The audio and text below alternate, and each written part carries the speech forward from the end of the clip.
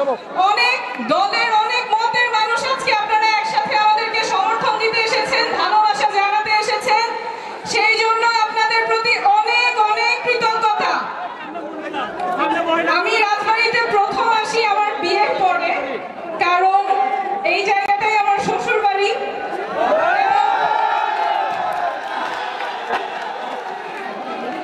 যেহেতু শ্বশুর বাড়ি সেজন্য এখানে অনেক সময় কাটানো হয়েছে।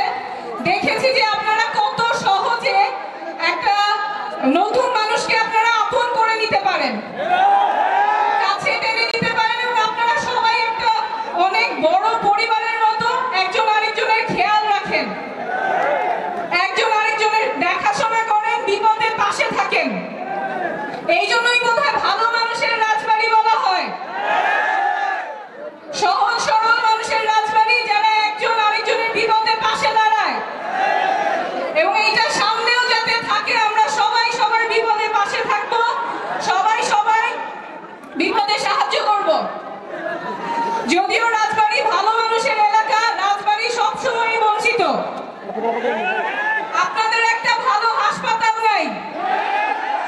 আমি আপনাদের সদর হাসপাতালে গিয়েছিলাম, সেইখানে দেখেছি রোগীদের কতখানি ভোগান্তি হয়। সেখানে ফ্যাসিলিটিস ভালো নাই, ব্যবস্থাপনা অনেক অব্যবস্থাপনা আছে। ডাক্তাররা কাজ করেন কিন্তু পর্যাপ্ত ডাক্তার নাই। 5টা ওষুধ লিখলে সেখানে 3টাই পাওয়া যায় না, বাইরে থেকে কিনে নিতে হয়, খুঁজে পাওয়া যায় না।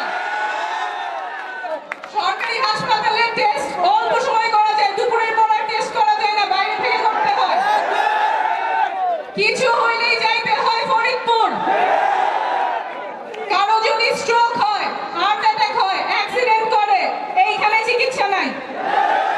চিকিৎসা করতে ঘন্টার পর ঘন্টা দূরে যেতে হয়, রাস্তাতেই মানুষ মারা যায়।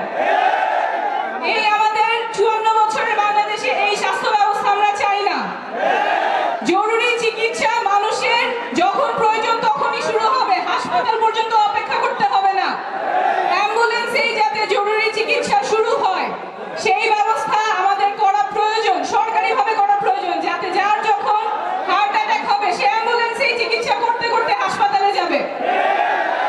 সেই ব্যবস্থা আমরা চাই। স্বাস্থ্য ব্যবস্থা এমন স্বাস্থ্য ব্যবস্থা যেখানে চিকিৎসার অভাবে মানুষ মারা যাবে না, টাকার অভাবে, চিকিৎসার অভাবে মানুষ মারা যাবে না।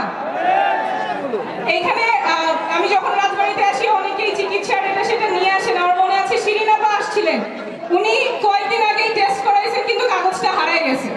তো ওনার ওই কাগজ আবার খুঁজে বের করতে হবে, খুঁজে আর পাবেন না, তখন আবার টাকা খরচ করে আবার পরীক্ষাগুলি করাইতে হয়, ডাক্তারের কাছে যাইতে হয়, তখন দেখা যায় চিকিৎসা ভালো হয় না, কারণ তথ্য তো নাই, কাগজ নাই, কাগজ হারায় গেছে।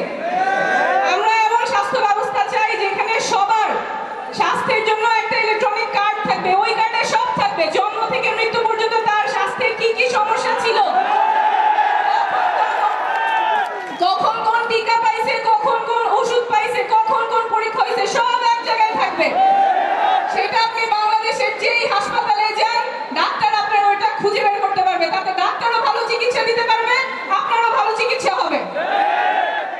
আমরা চাই বাংলাদেশে স্বাস্থ্যের জন্য ভালো গবেষণা তৈরি হোক, বিশ্বমানের গবেষণা যাতে বাংলাদেশ থেকেই হয়। স্বাস্থ্য ব্যবস্থা আমরা চাই বাংলাদেশের স্বাস্থ্য ব্যবস্থা যাতে বিশ্বমানের হয়, এবং এই যে আপনারা তরুণরা আছেন, আপনাদের শিক্ষা ব্যবস্থাও যাতে বিশ্বমানের হয়।